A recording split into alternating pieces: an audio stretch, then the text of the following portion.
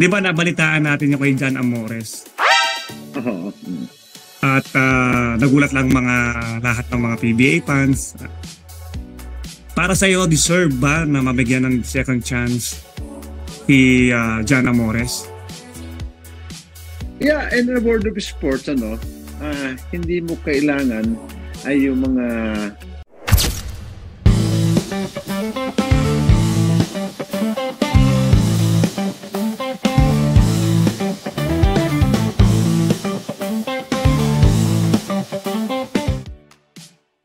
Magandang araw sa mga followers natin, mga ka-Trust Talk TV.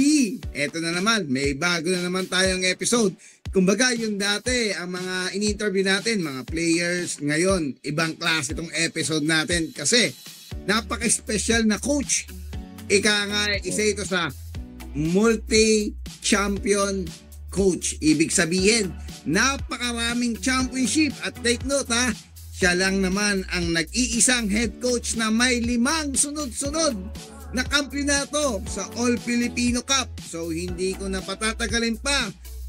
Ang bisita natin ngayon, without further ado, Coach Leo Austria. Hi, Coach! Hi, good evening sa inyo na. Pero Coach, maraming salamat sa time mo. And alam mo, sa totoo lang, na-miss kita. Hindi dahil magkasama tayo sa team. Dahil alam mo, ang lalim ng pinagsamahan natin. Alam mo yan, Coach. Oo naman, ikaw naman. Ang laki ng mga utang na loob ko sa inyo. Hindi lang sa iyo, sa mga teammate mo nung araw. Dahil kundi sa inyo, hindi natin makukuha itong mga sunod-sunod na championship natin. Hindi naman. Ganyan si Coach, napaka-humble talaga. Parang hindi kami nagkakalayo. Kaibigan natin yan eh. Oo, kaibigan natin. Pero ako sinasabi ko, naniniwala ko ang buhay ng player parang nasa buhay ng coach. Tama naman. Kung wala si Coach Leo, hindi rin namin ma-achieve yung mga championship, yung magandang samahan, yung magandang team. Kasi si Coach Leo, flex ko lang ha. Talagang ito yung parang tatay na, alam mo yung pwede mong taguan, pwede mong, bisa pwede ka pang magsinungaling ng konti, pwede kang magpalusot ng konti, iintindi lang niya. Basta importante, alam mo yun, sumunod ka, mag-practice ka. Kasi sobrang dedicated sa trabaho si Coach Leo. Sobrang idol ko to, walang tatalo sa kanya. Kahit na meron si tita na may pinagdadaanan na sakit, ay si Coach Leo never umabsent sa practice.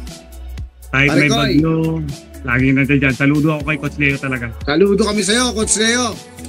Salamat. Parikoy, Arvin, bago nating interview si Coach Leo, gusto ko lang i-shout out sa mainit na pagtanggap ng mga taga-Jensan sa Trust Talk TV. Galing tayo sa Jensan ng mga nakaraang araw, mga nakaraang linggo at sobra, Jensan. Mahal namin kayo dito sa Trust Talk TV. Maraming salamat sa lahat ng mga nag-follow, nagla-like, at subscribe. Maraming salamat sa inyo. Salamat po. So, Arvin, umpisahan mo na ang pagtatanong dito kay Coach Leo. Unang tanong, kumusta ang team natin? Kasi di ba medyo kinapos tayo. Yung team natin pa rin. Kasi San Miguel pa rin yung dugo ko, Coach eh. Kinapos yung team natin. Kumusta ang team natin ngayon? So far, okay naman. And then although medyo slow ang start namin dahil katatapos lang nung nung semifinals. So nag-break yung mga players and then but we have a game sa ESL nitong November 13. After nun, nagkaroon ulit ng counting break. But now we're starting over again But medyo nahihirapan kami dahil kulang dahil 3 players ang wala kasama sa rotation, si Junmar at saka si CJ at saka si Jericho Cruz. Jericho Cruz nasa Guam, naglalaro doon sa national team ng Guam. Si CJ at saka si Junmar since last week nag-join sa Gilas dahil meron silang training. And then may game sila bukas at saka sa Sunday. Probably after nitong game nila sa Hong Kong on Sunday, they will join us. And then hopefully makaka-catch up kami dahil siyempre nami-miss namin yung 3 key players na yun yung mga kasama sa rotation. So ibig sabihin ba nito, Coach, mawawala sila ng ilang games? No, hindi naman. Dahil Hindi ang, naman, okay. ang first game namin is December 3. Dahil yun ang ibinigay ng PBA dahil unfair naman for us kung may game agad kami hindi namin kasama yung tatlo. Especially yung dalawang gilas, si CJ at saka si Junmar. And I think that's the usual thing na nangyayari sa PBA. Pagka merong players na kasama sa'yo sa national team, so they wanna make sure na mabigyan ng kaunting pabor yung mga players dahil unfair naman sa mga team. Dahil itong mga player na ito, nagsasacrifice para sa country. So, medyo kaunting consideration. Coach, may tanong ako, no? Sa hindi nakakaalam, sa maraming hindi nakakaalam, ikaw ay nagsimula bilang basketball player din at least sa PBA. I think nanalo ko pa ng Rookie of the Year that time, no, Coach, no? That was in 1985. Okay. Coach, ang tanong ko, saan nagsimula maging coach si Leo Austria? Yeah, nagsimula ako mag-coach noong 1998. Nasa Lamuyan na corporation sa Happy Toothpaste. And then PBL na coach, no? PABL, ganyan. Actually, wala akong plano mag-coach noon Kaya lang mayroong mga nagka-interest sa akin dahil during my last few years sa PBL. After ng PBA ko, bumalik pa ako sa PABL dahil may nagka-interest sa akin. Sabi ko, why not? Ganyan. And after that, siyempre, tayo na yung pinakakuya ng mga bata. So, tinitingala nila ako as a veteran sa coach. Tinuturuan ko sila. Until last time, nagkaroon ng opportunity ako mag-coach doon sa team dahil yung player, yung coach namin ay nasuspended. Accumulated yung mga technical niya. So, nagkaroon ng suspension. So, nag-coach ako and then nanalo kami at the time, kalaban namin Chowking. So, nanalo kami. Important yung game para sa Chowking yun. So, nanalo kami. Ako yung coach. Nag-take over for a while. And then, after that, na-disband yung itong Happy Toothpaste because at that time, 1998, alam natin nun, doon nag-umpisa ang NBA. Yes, tama. Yung NBA. So, more than half ng team nag-join sa NBA. So, hindi maganda para sa management na ituloy mo na yung team. So nawala yon. And then and at the time merong kumukuha sa akin na para mag-coach sa NBA pero hindi ko pinansin dahil nagkaroon ng interest in Chowking na kunin ako as a assistant coach dahil ayaw kong kasi alam naman mo yung NBA noon home and away yan pupunta ka sa mga probinsya, most of the time wala ka sa pamilya mo. At the time growing yung family ko, I wanna take care of my kids dahil siyempre kailangan mo tulungan yung wife ko dahil naghahatid tayo sa eskwelahan So nagstay ako dito sa Chowking but fortunately at the time hindi maganda ang showing ng team namin. So, in-elevate ako ng management ng Chowking to become a head coach. Doon na nag-umpisa. Doon, dire-diretso na from Chowking. And then, nag-champion kami sa Bisman Cup. But unfortunately, in Chowking, nabenta sa Jollibee.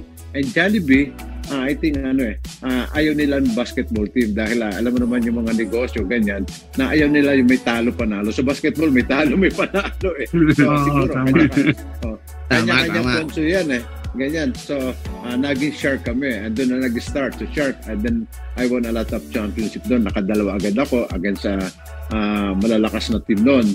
And then, after that, nag-coach ako ng Shell. Tama. Rich Alvarez pa yan no? Sila Coach, yun yung unang PBA team mo na kinochan mo, no? Yung Shell. Tama?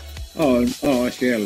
But, unfortunately din, yung Shell, nag-disband din dahil ang commitments nila sa PBA is I think 20 years.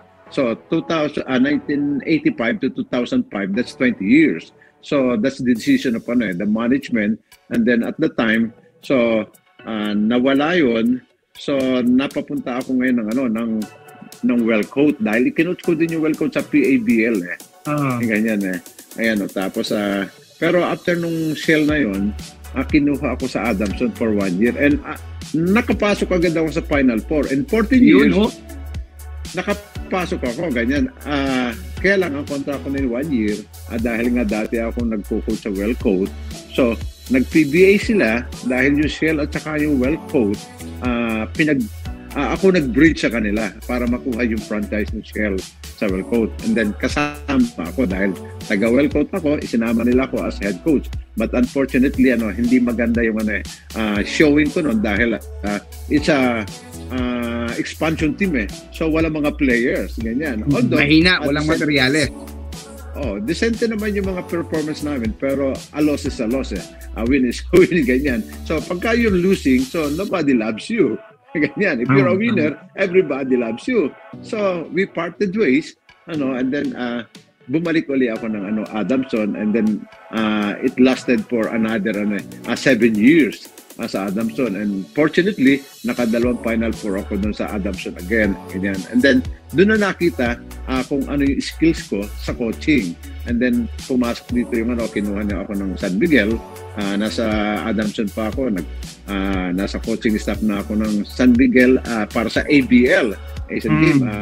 Assistant coach ako ni Bobby Parks, although ako nagraran ng mga practices, ganyan. And then we have a good relationship eh. Unfortunately, for Bobby Park, he passed away the following year, and then ako nag-take over as a head coach.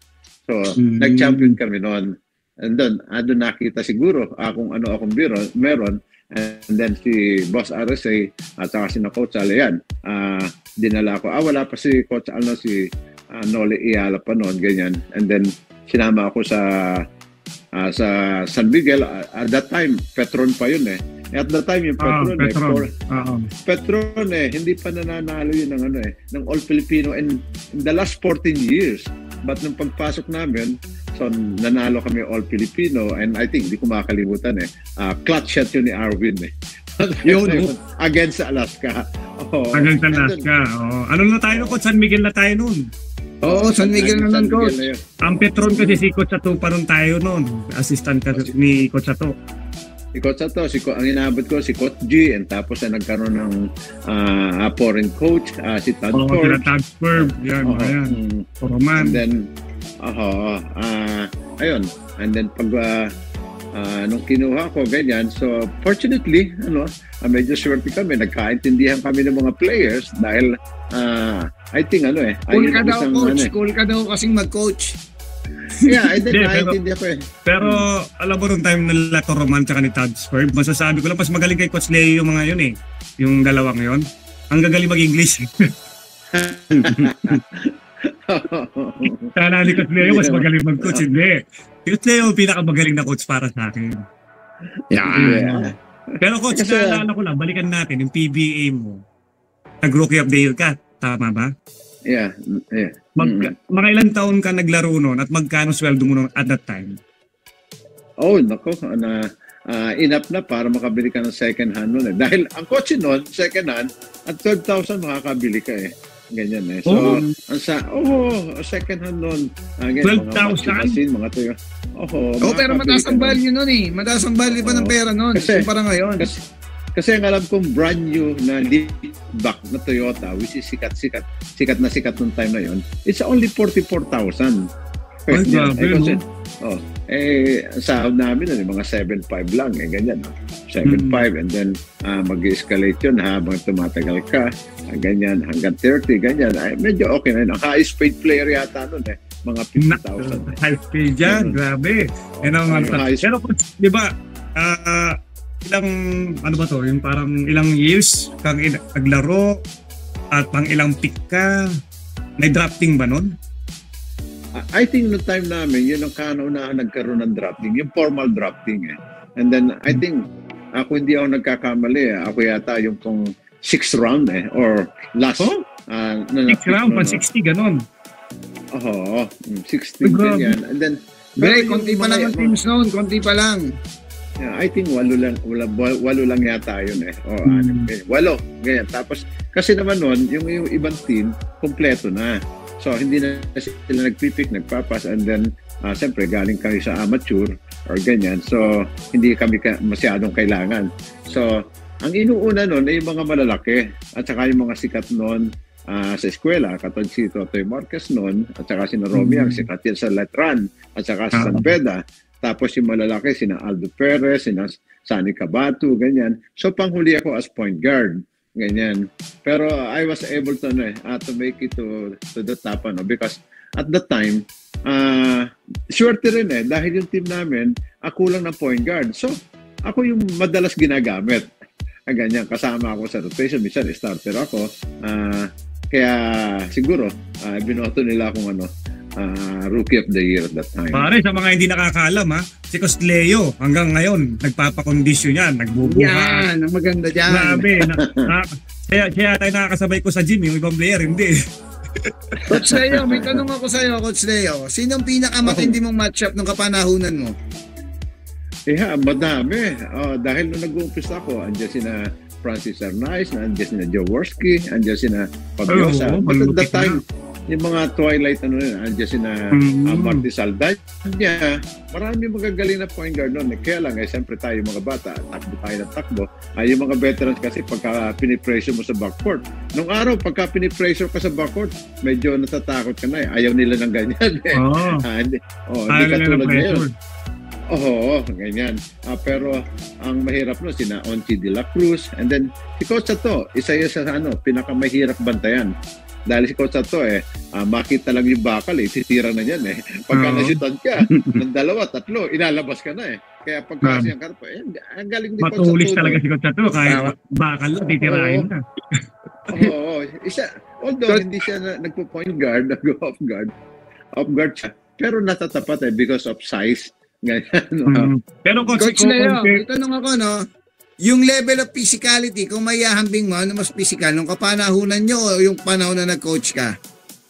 Mas physical nung araw dahil meron tinatawag na no harm, no foul Dumadating pa nga yung time na no blood, no foul At kasi siguro ibinabagay sa sa mga Pilipino yun Gusto nila bakbakan lagi Unlike today, so kailangan skills kailangan high scoring Siyempre, career yan ng mga player, iniingatan para hindi ma-injured. So, naandun naman yung beauty ng basketball. Pero tayo as Pilipino, gusto natin lagi merong mga bakbakan, mga ganyan. Pero I don't know kung sa mga manunod, parang gusto yun Pero sa mga players, mahirap dahil after ka sa sa health mo ayaw mo mai-injure dahil ito yung kinabukasan ng pamilya mo. Kaya ang dapat pakita mo, magaling yung shooting mo, magaling yung dribbling mo, rebound, ganyan. Which is nangyayari ngayon. Yun ang evolution ng basketball. Kailangan meron 3 points, meron pa tayong 4 points, and then dumami ang mga outside shooters. And even from the big man, kailangan may shooting ka Ayan, si Arwin, kung bakit siya tumagal sa PBA niyan. Because of his outside shooting. Ganyan. Hindi yan, pagka pinisikal mo yan, so medyo mahirapan siya, pero susupal pa rin ka rin yan. Tama. Kailangan totoo yung sinasabi ni Coach Leo na hindi kailangan galing ka lang dumipensa, kailangan magaling ka rin, may shooting ka rin. Tapos mataas yung IQ mo, maliban sa masipag ka kasi maraming specialty sa basketball para maging magaling na basketball player. Si Coach Leo, kung titignan mo, parang kala mo bakit tumira galing sa likod Pero shooter, maganda bumitaw. Di ba? Pero Coach, tanong ko lang Coach parang kumbaga lang sa tanong, hindi nalalayo sa tanong ni ng partner ko si Noel. Ano ba yung mas masaya na yung panahon mo sa PBA o yung panahon ngayon? Diba? Siyempre, may comparison yan At mas swerte ba yung PBA player noon sa ngayon? Yan, magandang tanong yan. I think mas maswerte yung PBA ngayon dahil bakit? Unang-una, siyempre, when it comes to salary, talagang mas malaki ngayon At saka ngayon, hinahype minamarket Anong araw parang passion yan passion lang para sige, laro ng laro, hindi mo ginagawang karir gusto mo lang maglaro, ganyan, puso, ganyan. Pero ngayon talagang kailangan ingatan mo dahil karir mo yan pero mas mahirap maglaro dahil pagka alam na baguhan ka at talagang makakatikim ka sa mga veterano. Yung sinasabi Manong Siko talaga talagang gano'n bago ka, magaling ka, kailangan bigyan ka. Puso pa lang yung sinasahod nyo kasi sinasahod nyo kasi wala pang camera na talagang 3D nung time na yun mahirap ganyan. Pero mas masaya ngayon dahil dahil sa social media nahahype ka eh. Yun. And then, at saka Siguro si maraming Leo kung may auto-promote. social media noon, baka Sikat mga yan. 10 million followers na rin to ngayon. Pare, Di ba, Si Coach? Coach- No? Kasi ano ba yung inabutan mo, Coach? Wala pang mga Friendster nun eh. Multiply, yun lang ito. wala, Yun ang wala. inabot mo. Wala pa internet noon. Wala. Radyo lang Telephone ata, no, yun, eh. Coach? Ang telephone nun, may landline eh. Meron ka pang ano eh. Hindi party line, ikot pa yata yung telepono nun eh, di ba, Coach? Yung iba, tama, may dial pa yun. May Mga dial pa. yun. Tapos, pagtanggap mo ng tawag party line, pakibaba. Dahil- Tapos televise sa radyo, no, Coach, no? Tapos televise sa radyo. Coach Leo, nanalo ka ba ng championship as a player? Yes, noong 1990 sa Shell, against Ginebra at the time. Uy, grabe kung naman. natatandaan Tingnan nyo, pa yun, bro. Bigatin, ah. kasi noong time na yun, kamuntik na magkaroon ng rivalry yung Shell at saka yung Ginebra dahil lagi nag-meet yan sa playoffs or dalawang beses nag-finals. Pero yung may history yun yung pagkapanalo namin dahil hindi natapos nag-walk out yung Ginebra at that time. Ganyan. Pero the following year, binawian nila kami. Sila naman nag-champion. That was the time na ang coach namin ay si Dante Silverio. Pero ngayon, Coach, ito yung tanong ko. Sa lahat ng mga achievements o championship na na-achieve mo, ano yung pinakamatamis? Kumbaga, nakaka-diabetic na hindi mo malilimutan. Pinaka-gustong-gusto mo para na hindi mo makakalimutan. Ano yun? Unang-una, alam mo yung lahat ng championship, yung 9 championship, iba't iba ang character nun Yes, Pero ang pinaka-importante sa akin ay yung first championship namin. Dahil unang-una, that was the time na yung team namin make or break Ang tingin nila, ano ba ito? Magka-champion ito.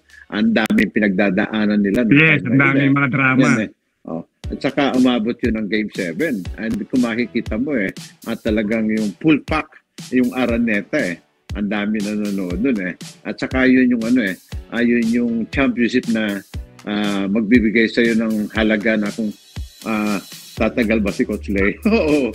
Sandali lang. Kung natalo doon, baka hindi ka na next conference, wala ka na But we won the championship. Pero halos lahat yun sunod-sunod yun Pero ang isang pinaka-memorable sa amin ay noong 2016. Junmar got injured during the semifinals. Mabuti na lang sa semifinals, last game na namin against Reynolds Shine. So, nanalo kami, pumasok kami sa finals, pero wala si Junmar in the first 4 games. And then, talo kami. So, yung miracle to, Coach, no? Yung tinutukoy yung miracle. Yeah, yan yung miracle, 0-3, and then, imagine, I think, nobody, nakagawa niyan in the professional basketball, 0-3 Sa buong mundo, so, sa buong mundo yan, Coach, Oo, sa buong mundo. Ganyan. Kaya, isa yun sa, talagang hindi natin makakalimutan, Tama, sir. Pare-pareho tayo, Coach, hindi ng talagang yung nakaka-proud na. Hanggang ngayon, Coach, ang hirap ipaliwanag, kung paano tayo nanalo, Kasi gusto lang natin makaisa lang, Yeah, pero during that time, kasi yung first 3 losses namin against Alaska, close fight lahat yun Oo, yung first 3 close fight, losses namin Ang hinihiling ko nandun isang panalo lang dahil at that time, recovering si Junmar recovering. Sabi ko, isang panalo lang ito, yung first 3 games namin, may chance kami manalo, pero unfortunately, hindi namin magawa dahil kulang nga kami. But nakadisgrasya kami noon nung game 4. Wala pa rin si Junmar. It got into overtime. Nag-overtime pa yung, Coach. Oo, tama. Overtime yun. So, I'm so happy sa mga bench player dahil nag-step up. I think yun ang breakout game na Yes, ni Chris Ross. And then maraming player na umangat ang laro nila doon. Si Gabi Espina, si Yancy Di Ocampo, lahat nag-contribute. So nanalo kami 3-1. Sabi ko, si Junmar maglalaro na. And then hindi naman 100% si Junmar, pero the mere fact na naandun yung katawan niya sa court, present niya, ganyan. So, nabago ang game plan ng kalaban namin. Tama. Ayun. And then, tinake advantage namin. But Junmar played only 16 minutes and then nag-contribute konti lang. So, enough na yun to motivate the players dahil alam nila kung gaano ang factor ni Junmar pagka nandun. Pero coach, no, balikan natin yan, no? Naalala mo, di ba, nung umabot ng Game 7, nakitay natin yung series. Alam ko na hindi mo nakakalimutan yung nangyari. Lahat yata ng timeout ni Coach Alex Compton is ginamit niya. Kung ikaw ba yung nasa posisyon niya, gagawin mo? Yeah, kanya-kanya ng philosophy ang mga coach probably dahil alam nila na they are in top shape, they thought na mapapagod tayo. So kung walang masyadong timeout in the course of the game, so parang ang feeling siguro nila hindi makakapagpahinga San Miguel dahil at that time, so ang rotation ko 9 to 10 players and then yung mga key players, so at least mga 30 minutes sila, ganyan. So iniisip siguro nila ganyan dahil at that time after nung first dead ball of a jump ball, time out agad sila, I think 3 or 4. So wala na yung kanilang mga mandatory timeout, nakuha na agad lahat, pati yung mga 20 seconds o 30 seconds timeout, ganyan. So alam ko na agad kung ano iisip nila. It could be a strategy nila, ganyan. So parang saywar lang yung coach, di ba? Yeah, that's why sabi ko, alam ko nang gagawin nila or ganyan. So, we stick to our game plan and then, yung mga timeout nila na nawala, hindi nila magamit dahil maganda yung start namin. Alam mo, agad kami ng mga 21 points before magkaroon ng fourth quarter. So, wala na. Kaya na-control na naka-recover. Coach Leo,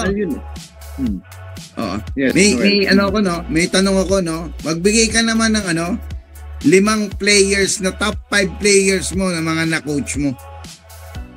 Well, I think regardless of position, coach, regardless of position. Yeah, for me yung Death 5 namin that's one of the best dahil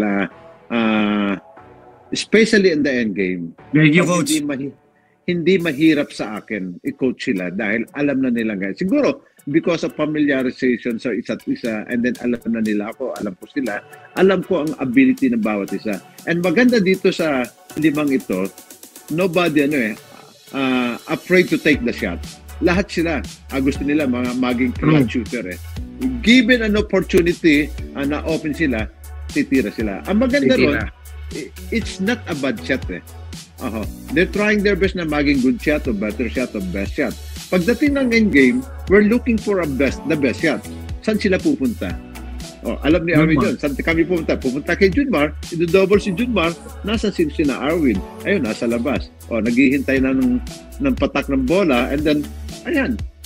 Kaya hintay ng kick out, no, coach? And then, ayan. Sino naging clutch shooter namin? Dahil si Alex. Si Alex, titingnan mo ganyan, pero pagdating ng endgame, yung mga winding down, yun ang maganda dito sa team na ito Hinahanap nila yung last 5 seconds para tumira Lalo niya si Arwin, ang hanapin niya, winding down, titira ko na to.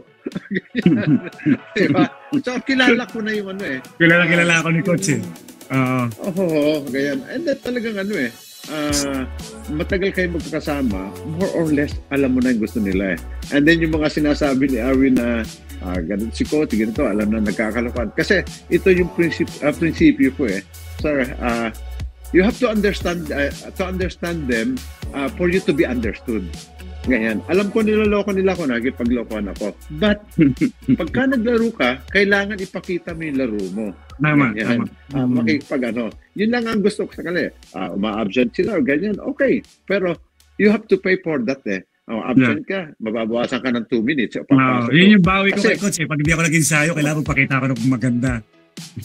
Masakalian ko. Masatisfied siya.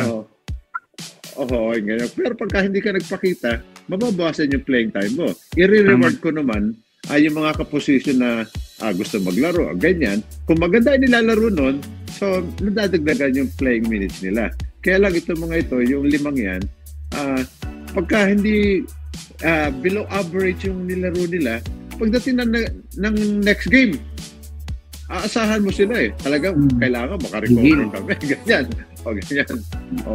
Kaya so, mas maganda doon sa time natin, kami, di ba, dahil hindi naman kami solid, 5 lang eh. Hindi lang naman yun ang nagdadala, di ba, coach? Dahil ang mga coaching staff natin, lalo ka na, coach, siyempre, yung mga player din natin na kasama nun, kahit sino man kung nakasama natin, talagang pinapakasamahan ng Death 5. Kami, talagang binubuo namin yun kasi gusto namin, obligasyon na namin na mabuo kami para ikaw, coach, bigay ka lang ng bigay ng mga plays, ng mga sistema dyan, bitaw ka lang ng bitaw dyan, kung ano gusto mong paggawa sa amin.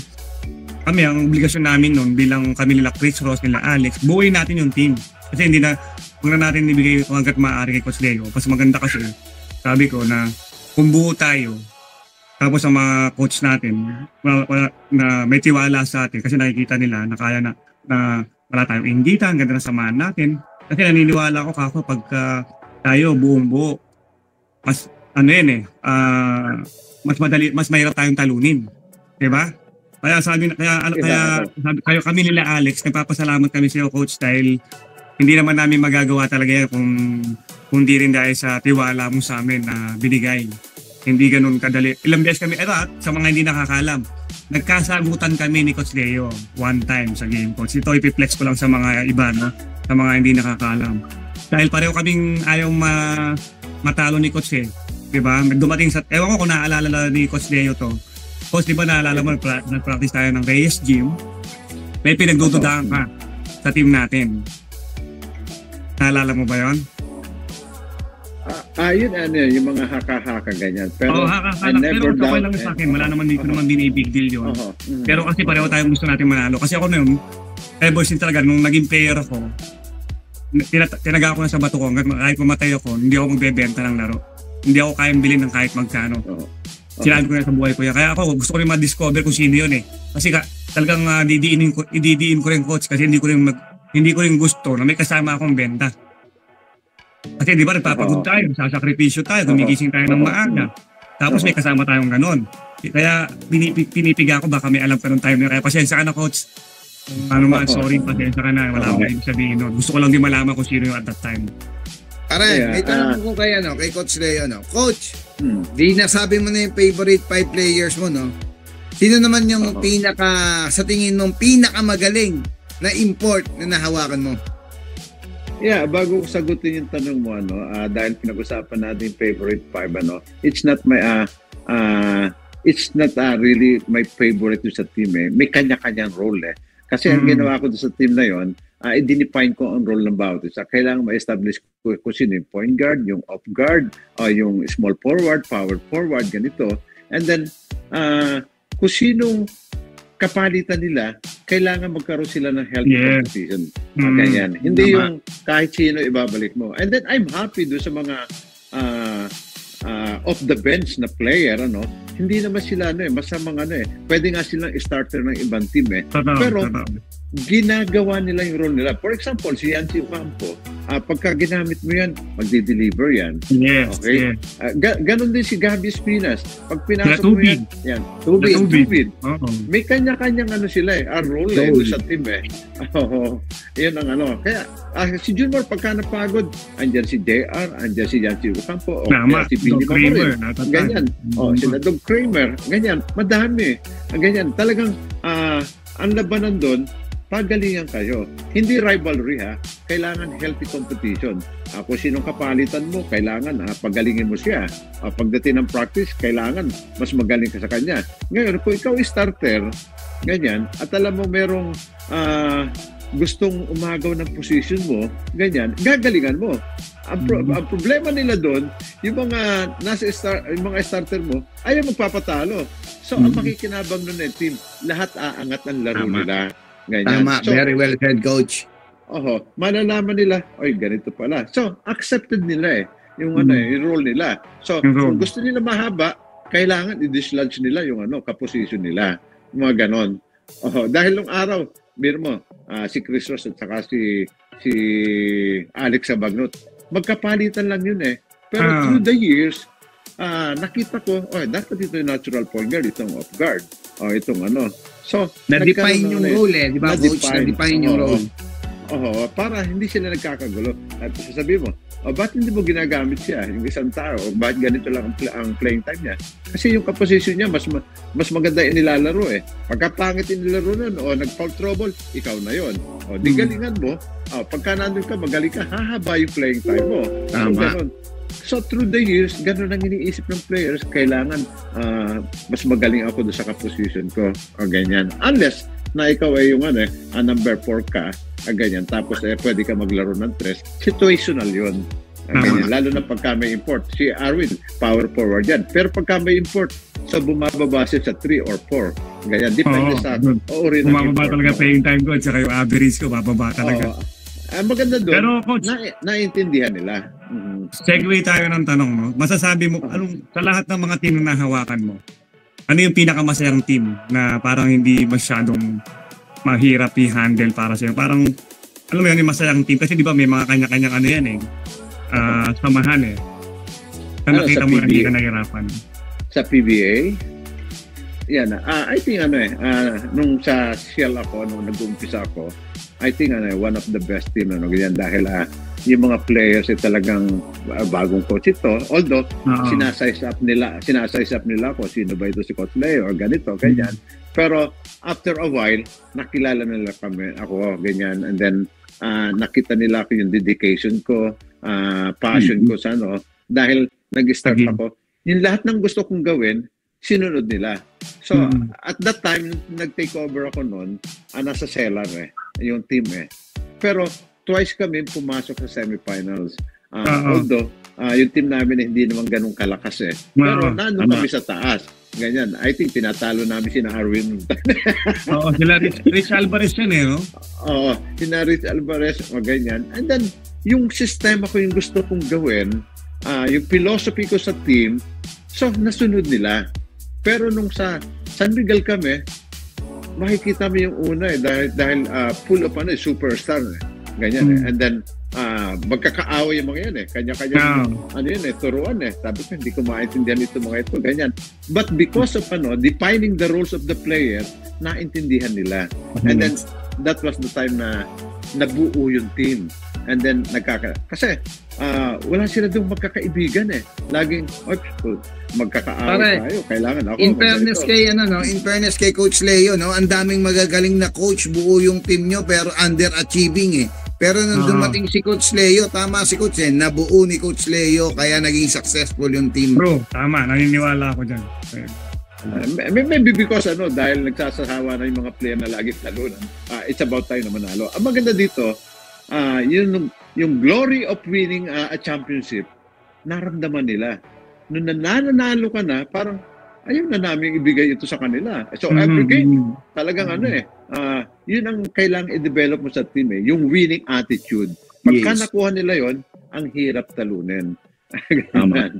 Parang hindi nung time namin na magkakasama kami ni Coach Leo, parang hindi ka maglalaro ng maayos, masaya. Siyempre, maliban sa gusto mo yung bonus, mariban dun sa gusto mong manalo, yung mga teammates mo, ang masasaya, pagka nakikita kayo sa practice, parang gugusto yung mga magkita sa practice lagi Yeah, at pagka nagkakaroon kami ng Zumba, yung Miracle na tinatawag namin, hindi lang kami para yung player ang sumasayaw, pati si Coach Leo sumasayaw.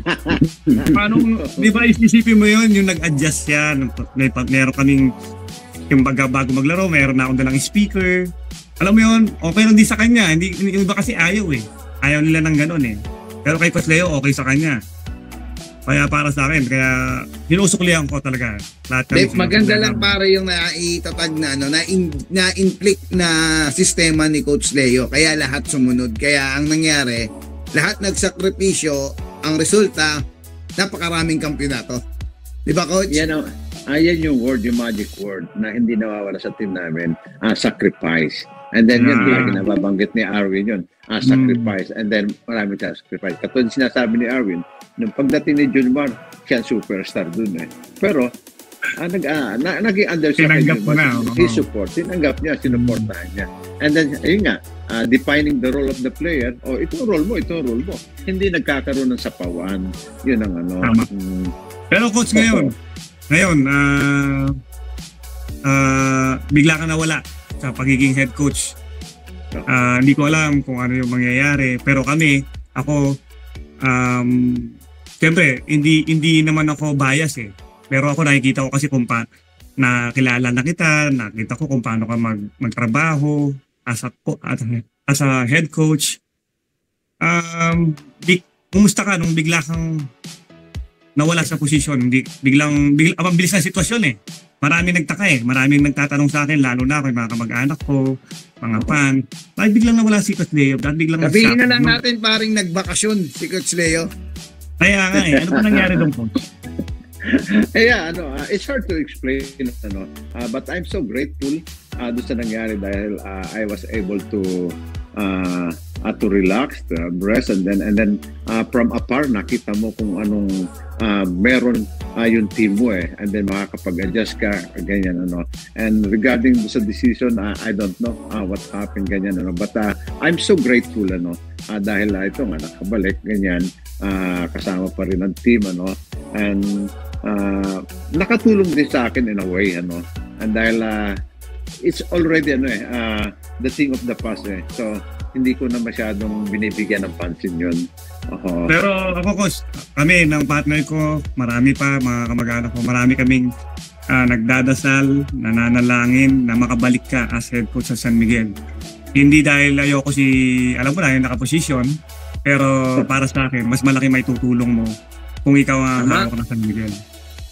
Hindi ito alam naman niya si Coach Leo, love natin yan eh. Yes.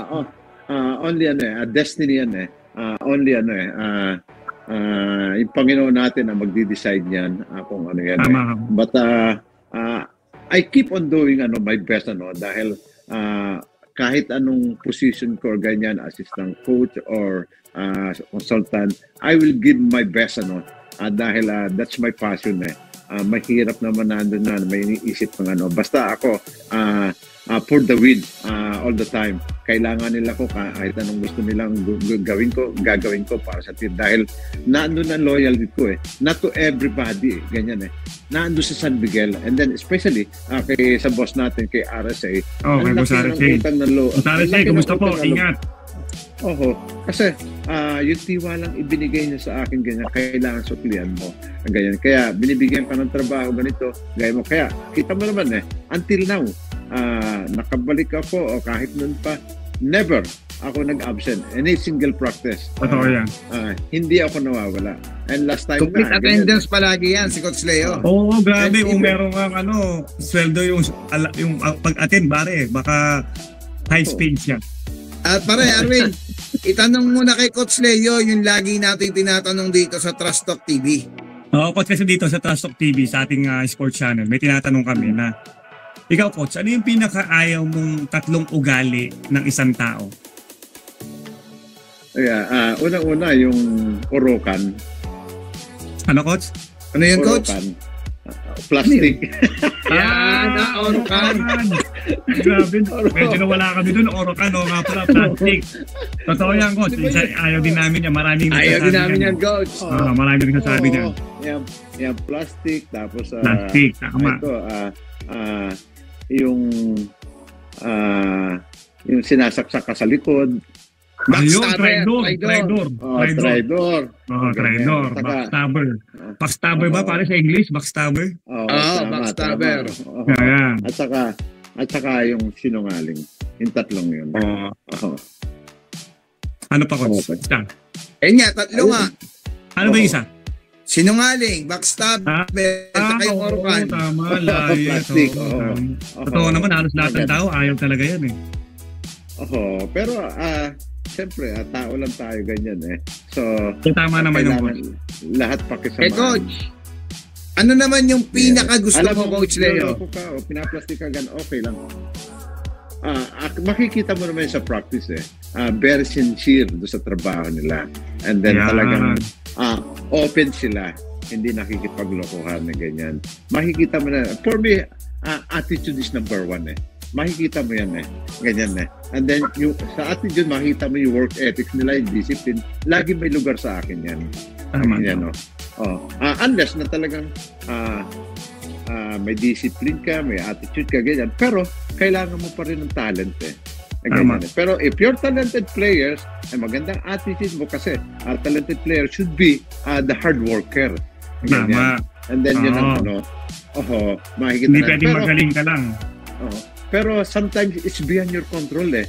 This is your team, so may attitude dito, may ganito. Pero the good thing is kung may talent sila, may attitude, kailangan alam mo kung paano gagamitin. Kailangan palabasin mo kung anong talent meron siya. Kung pag nagsuot ka ng gloves, alam mo kung paano gagamitin. Maglampaso yan. Unlike sa college basketball, and then pagka umabsent ng player, maganita, so dinidevelop mo dyan, hindi lang yung kanilang talent yung values First and foremost, values sa college Correct. Pagka medyo may attitude ka, ibabangko kita, ganyan. Paborito kong subject yan, Coach, values. May tanong pa si Noel GMRC, pare. Ha? GMRC. Tatanong mo kay Coach yung isa, yung opposite? Oo, tatanungin ko, Coach. Tapos na tayo dun sa ayaw mo, no? Ano naman ang pinaka-gusto mong 3 ugali ng tao?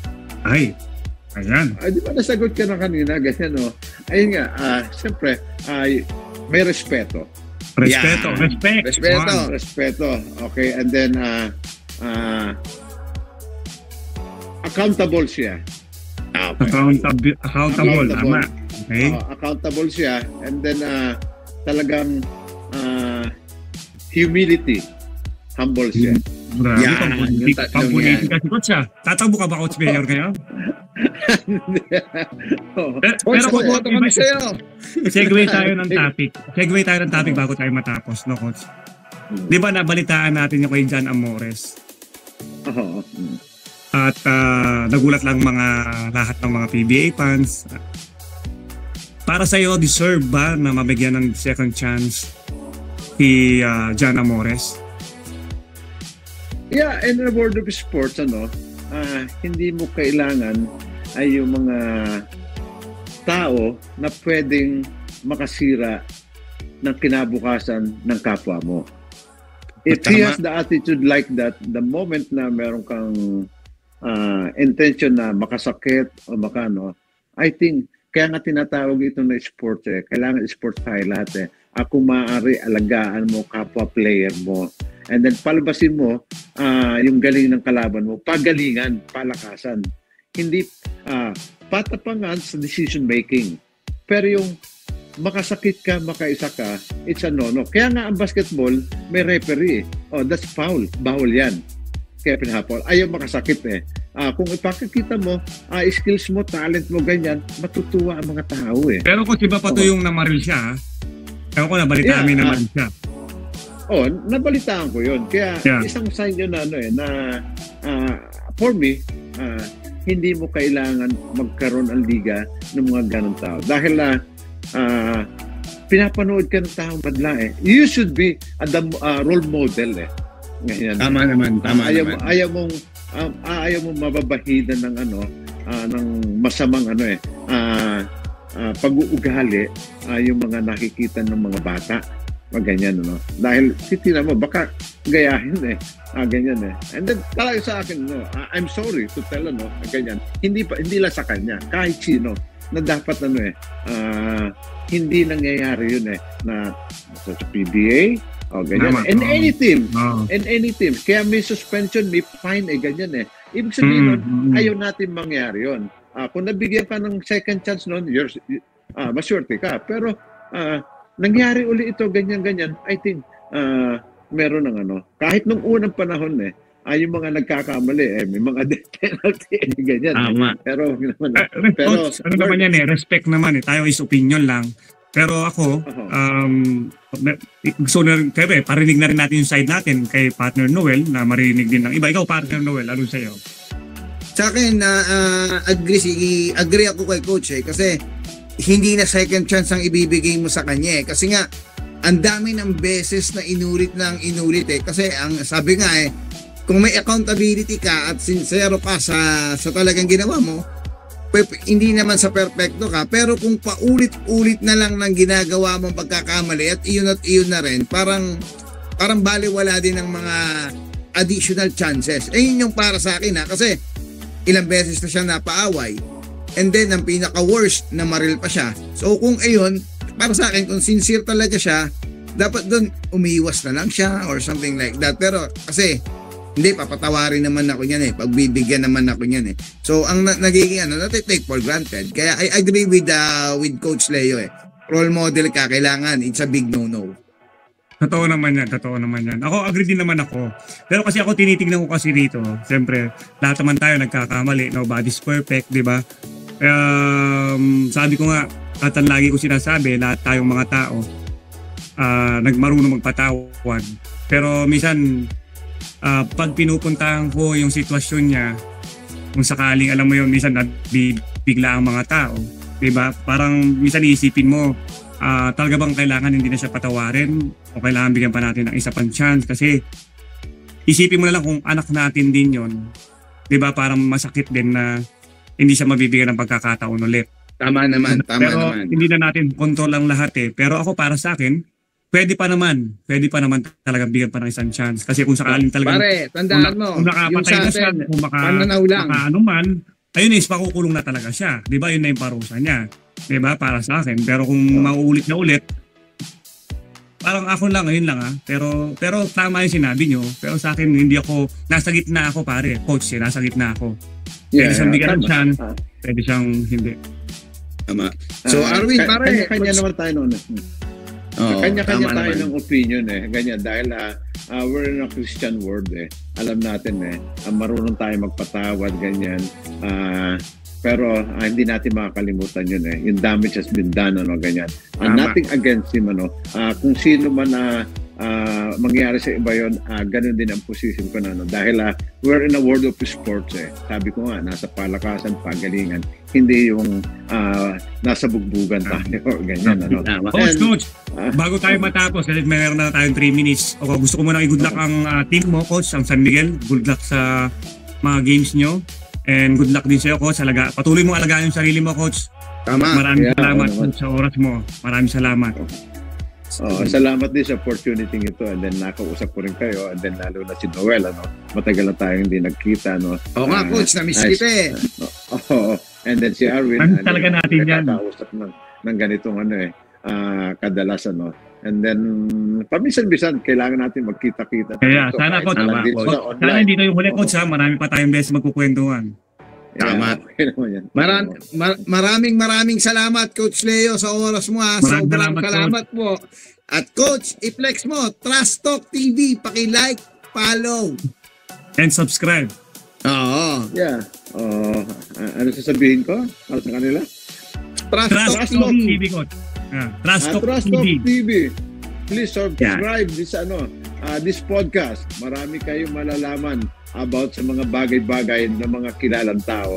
Hindi lang basketballista. Kahit sino pwede dito sa podcast nila. Tama. Sabi nga nila, mahilig magpa-ensayo.